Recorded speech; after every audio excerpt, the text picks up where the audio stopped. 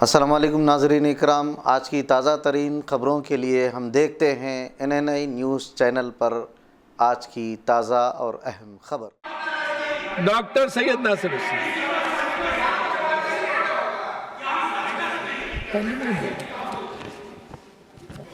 Sir, मैं आपका और मेरी पार्टी का आभारी हूं कि मुझे आज बात करने का मौका दिया गया है। सर, भारतीय रेल देश का लाइफलाइन माना जाता है। On A daily basis lakhs of people travel through trains. इसके ऊपर पता नहीं कितने कहानियाँ लिखे हैं, कितने फिल्में बने हैं, कितने गाने बने हैं, कितने पोएम्स लिखे गए हैं। मैं भी एक पॉलिटिकल एक्टिविस्ट होने के नाते कई बार ट्रेन से ट्रैवल किया हूँ और बहुत करीब से इसको जाना हूँ। सर, देश में हर गरीब व्यक्ति के अगर कोई साधन है तो रेलवे से।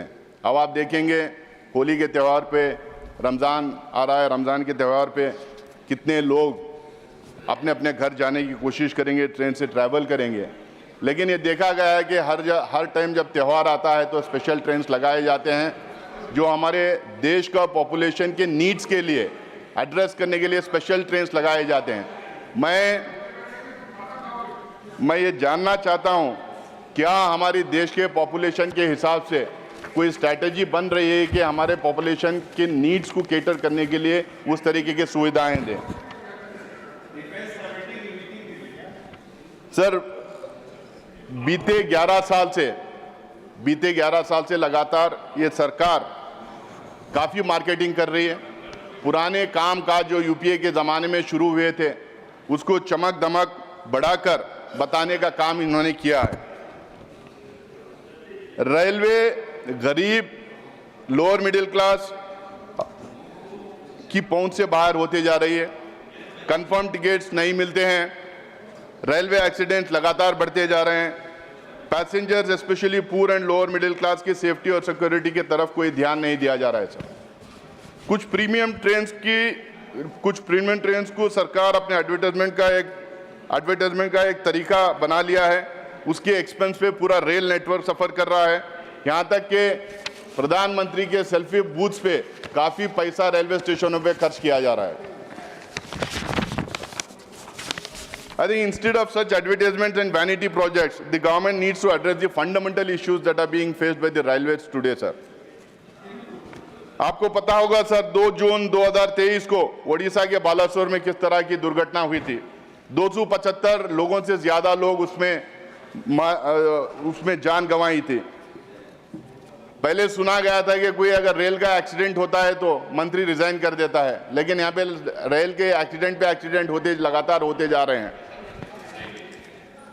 रेलवे में sir sanction post 14.74 lakh sanction post हैं। उसमें 3 लाख से ज़्यादा वेकेंट हैं।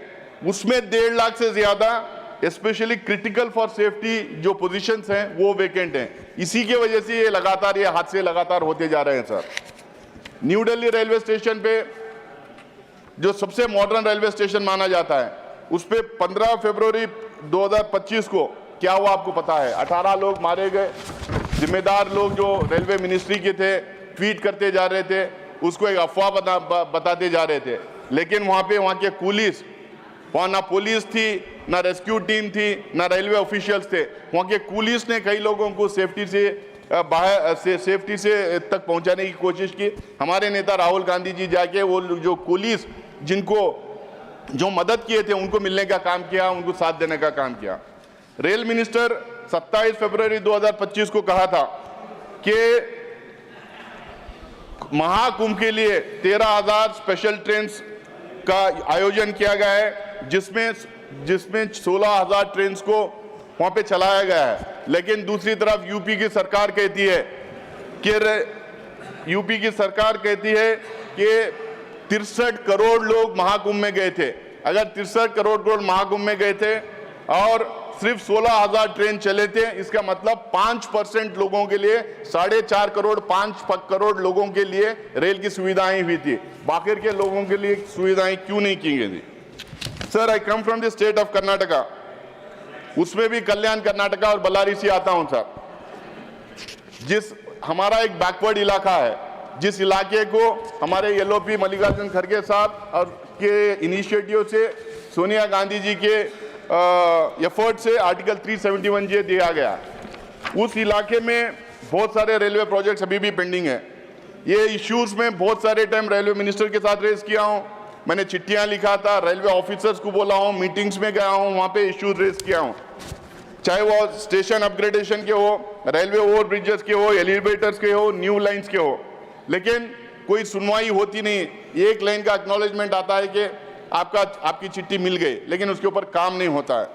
मैं इनसे अपील करना चाहूँगा, मैं भले अपोजिशन का एमपी हूँ, लेकिन बल्लारी एक जंक्शन, एक बड़ा स्टेशन है, एक माइनिंग हब है, वहाँ के स्टेशन को अपग्रेड करना ज़रूरी है। लेकिन अनफॉर्चुनेट पार्ट इस सरकार का ये है कि सरकार एकदम भेदभाव का माहौल फैलाई हुई है। जहाँ अपोजिशन की सरकारें हैं वहाँ पे काम नहीं होता है, अपोजिशन के एमपीज़ का जो मांग लेते हैं, जो चिट्ठी देते हैं, जो रिक्वेस्ट देते हैं, जो डिमांड करते हैं, उसकी कोई सुनवाई नहीं होती है। और सिर्फ ये हमारे साथ नहीं हो रहा है, सारे अपोजिशन पार्टीज के जो सरकारें हैं वहाँ पे यही हो रहा है। उनका फंड कट किया जाता है, उनको काम करने नहीं दिया जाता है, डेवलपमेंट वर्क करने नहीं दिया जाता है। ये अपोजिशन के एमपी से यहाँ पे बताएंगे किस तरह से भेदभाव हो रहा है।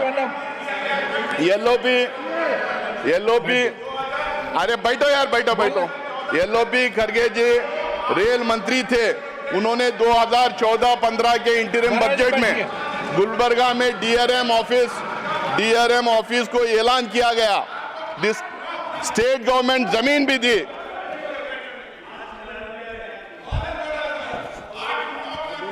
सर, एलओपी खड़गे जी रेल मंत्री थे 2014-15 के इंटरिम बजट में गुलबर्गा के लिए डीआरएम ऑफिस का ऐलान किया था।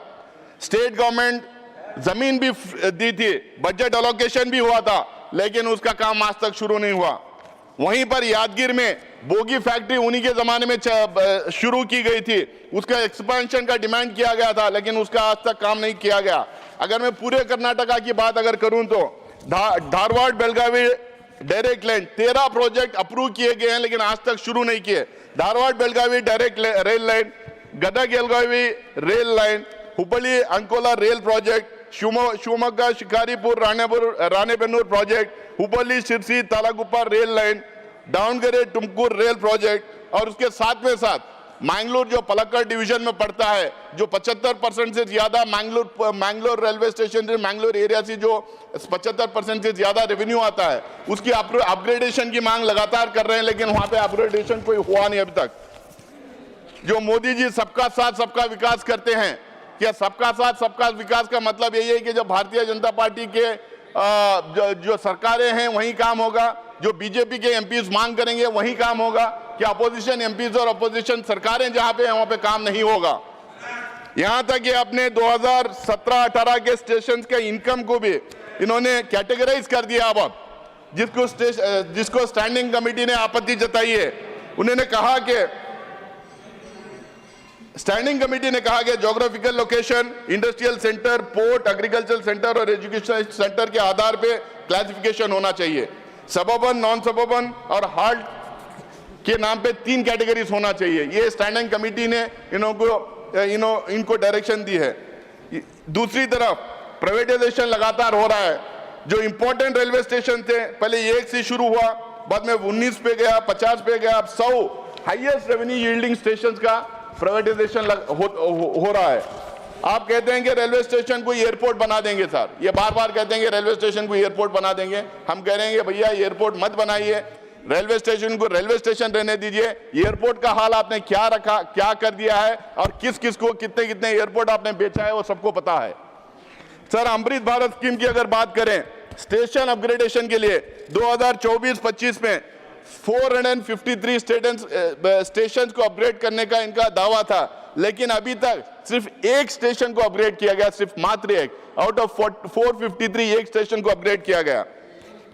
सर, मैं अगर बात कहूं, अगर बोलूं तो रेलवे की बड़ी अपनी एक इतिहास है, बड़ा अपना पिछले करीब 100 साल से रेलवे हिंदुस्तान में चल रहा है। अलग अलग सरकारें अपने अपने हिसाब से काम किए हैं। यूपीए के सरकार में हम लोग अमेरिका, चीन और रूस के साथ में 1 billion metric ton freight volume के क्लब में हम लोगों ने शामिल हुए थे, यूपीए के जमाने में ही शामिल हो गए थे। उसके साथ में खड़गे जी के मंत्री काल में मोबाइल टिकट रिजर्वेशन के साथ में उधमपुर कटरा जैसे तमाम कॉम्प्लेक्स रेलवे प्रोजेक्ट का काम हमने पूरा कर लिया था। यूपीए सरकार में रेल हिस्ट्री की सबसे कठिन पीर पंजल टनल बनी थी। 2013 में बनिहाल काजीगुंड रेल सर्विस का उद्घाटन हुआ था, जिसमें मनमोहन सिंह जी, सोनिया जी, खड़गे जी और आपके जो वहां के चीफ मिनिस्टर ओमर अब्दुल्ला हैं वो भी उसमें शामिल थे। कटरा में मोदी साहब ने 2014 में जिस रेल प्रोजेक्ट का उद्घाटन किया था वो भी कांग्रेस के जमाने में ही बना था। लेकिन ये लोगों ने क्या किया, आपने तो रेल बजट खत्म किया, बेहतर एडमिनिस्ट्रेशन के नाम पे स्ट्रक्चर बदला, रेलवे के इंटरनल रिसोर्सेज लगातार गिरते जा रहे हैं, ऑपरेशनल कॉस्ट लगातार बढ़ते जा रहे हैं। ऑपरेटिंग रेशियो इस साल का सर ऑपरेटिंग रेशियो 98.43 है, यानी कि हर 100 रुपए पे 1.5 रुपए की कमाई होगी। यूपीए के जमाने में हर 100 रुपए के इन्वेस्टमेंट में 10 रुपए से ज्यादा कमाई हुआ करती थी, लेकिन अब 1.5 रुपए की कमाई होने जा रही है।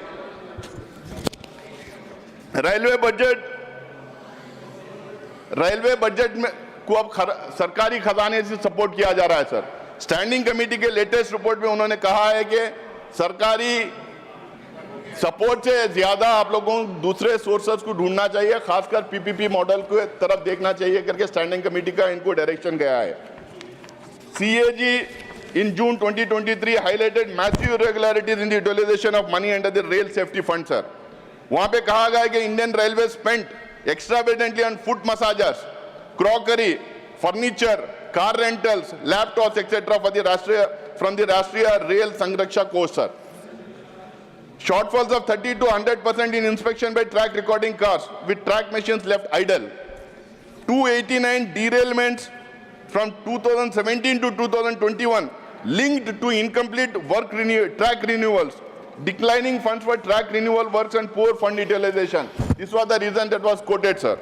Inquiry delays in 63% of the cases for which reports are not submitted yet.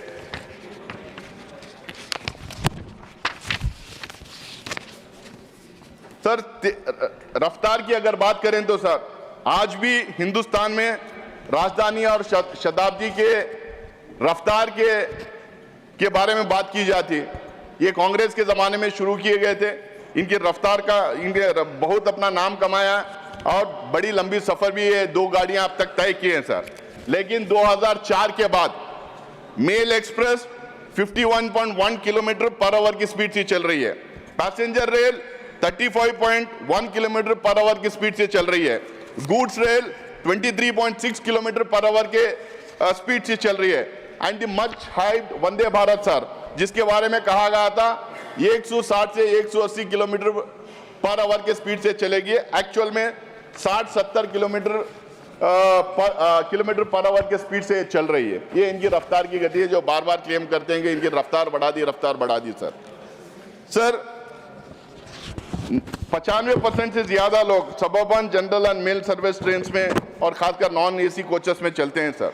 ये 95% ऑफ इंडियंस को ये इग्नोर करके 5% जो हाई स्पीड ट्रेन में जाना चाहते हैं उनके ऊपर फोकस करते हैं, इसीलिए बार बार वंदे भारत की बात करते रहते हैं सर। वंदे भारत करीब 136 वंदे भारत गाड़ियां इन्होंने स्टार्ट की। हर गाड़ी जब ट्रेन स्टार्ट होती है तो हमारे प्रधानमंत्री झंडा लेके वहां पे पहुंच जाते हैं। मैं आपको एक किस्सा सुनाना चाहता हूं सर। हमारी इस बिल्डिंग के बगल में रेल मंत्रालय है, उस बिल्डिंग का उद्घाटन हो रहा था। जगजीवन राम साहब रेल मिनिस्टर थे, उन्होंने गए नेहरू जी के पास और बोला कि रेल मिनिस्ट्री की बिल्डिंग का उद्घाटन कर रहे हैं, रेल भवन का, आप चलिए उद्घाटन कीजिए। तो नेहरू जी ने कहा कि मैं नहीं जाऊंगा वहां, आप रेल मिनिस्टर आप हैं, आप उसका उद्घाटन कीजिए और उसके लिए जिसने काम किया वो सारे ऑफिसर्स को अपने साथ रख के आप उद्घाटन किए। उन्होंने झंडा लेके वहां नहीं पहुंचा था, लेकिन यहां देखा जा रहा है कि वंदे भारत पे हर ट्रेन पे प्रधानमंत्री झंडा लेके पहुंच जाते हैं। मोदी जी 2017 में अनाउंस किए थे मोदी जी कि बुलेट ट्रेन 2022 तक आएगी। जब 75 साल आजादी के होंगे तो 2022 में बुलेट ट्रेन आएगी, लेकिन बुलेट ट्रेन का कोई खबर ही नहीं। स्टैंडिंग कमेटी में भी ये सवाल हुआ कि आखिरकार बुलेट ट्रेन कब स्टार्ट होगी, तो ना तो रेल मिनिस्ट्री के पास ना रेल मिनिस्टर के पास ना मिनिस्ट्री के पास कोई जवाब था। सर इतनी बात करते हैं चाइना के बारे में, चाइना ऐप्स इन्होंने बैन किए, इतने हु हल्ला हुआ था, हमने चाइना ऐप्स बैन कर लिए। सारी दुनिया को पता है चाइनीज एग्रेशन कैसा था, किस तरह से वो हमारे देश में घुसपैठ करके बैठे थे। लेकिन ये जो वंदे भारत की बात करते हैं, जो हाई स्पीड ट्रेन की बात करते हैं, उसके व्हील एंड एक्सेल्स जो है चाइना से मंगा रहे हैं। इस साल भी लगातार 3-4 साल से मंगाते जा रहे हैं। इस साल भी जो है 1620 करोड़ रुपए के wheel and axle train China से इन्होंने इंपोर्ट किया है। ये इनका ये जो टपटपाते हैं, जो बोलते रहते हैं कि चाइना के खिलाफ है, हम ऐप्स बैन कर दिए, उनके साथ सब खत्म हो गया, लेकिन ये सब खरीदारी वहां से कर रहे हैं। मेक इन इंडिया का क्या हुआ? सर कांग्रेस गवर्नमेंट के टाइम पे सीनियर सिटीजन्स के लिए, सर एक मिनट दीजिए, कांग्रेस गवर्नमेंट के टाइम पे सीनियर सिटीजन्स के लिए, मीडिया के मित्रों के लिए, किसानों के लिए, स्टूडेंट्स के लिए कंसेशन दिया गया था। लेकिन ये सरकार कोविड के नाम पे ये सारे कंसेशंस खत्म कर दी है। मैं इस सरकार से और खासकर मंत्री से अपील करना चाहूंगा कि हमारे मीडिया के मित्रों को, सीनियर सिटीजन्स को, एक्स सर्विसमैन को, किसानों को, इनके सारे जितने कंसेशंस ये खत्म किए हैं फिर से बहाल करें। सर आप आगे यहाँ बैठो, खत्म करो, आप उनकी बात मत सुनो। भारतीय रेल आम आदमी के लिए सबसे सस्ता, सुरक्षित और भरोसेमंद साधन रहा है। ये कारोबारी के नजरिए से कभी रेल स्टार्ट नहीं किया गया था, सेवा के नजरिए से किया गया था। इसको सेवा के नजरिए से ही रखना चाहिए, इसको सेल्फ सस्टेनेबल बनाना चाहिए, इसका एक अपना विजन होना चाहिए। हमारा जो ग्रोइंग पॉपुलेशन है उसके तहत उसके नीड्स को केटर करने के लिए, उसके एक्सपेंशन के लिए एक बड़ा विजन होना चाहिए। इस बात के साथ मैं अपनी बात खत्म करता हूं। फिर से एक बार मैं अपील करता हूं, जितने प्रोजेक्ट्स मैं कर्नाटका के बारे में, बल्लारी के बारे में, गुलबर्गा के बारे में, यादगीर के बारे में मैंने जिक्र किया है, मुझे उम्मीद है कि रेल मिनिस्टर वो सुन रहे हैं, वो सुने हैं, तमाम प्रोजेक्ट्स को वो शुरू करेंगे और कंप्लीट कराने की कोशिश करेंगे, क्योंकि कर्नाटका में कांग्रेस की सरकार है, इसकी वजह से वो भेदभाव ना करेंगे। इस अपील के साथ अपनी बात खत्म करता हूं। Thank you sir.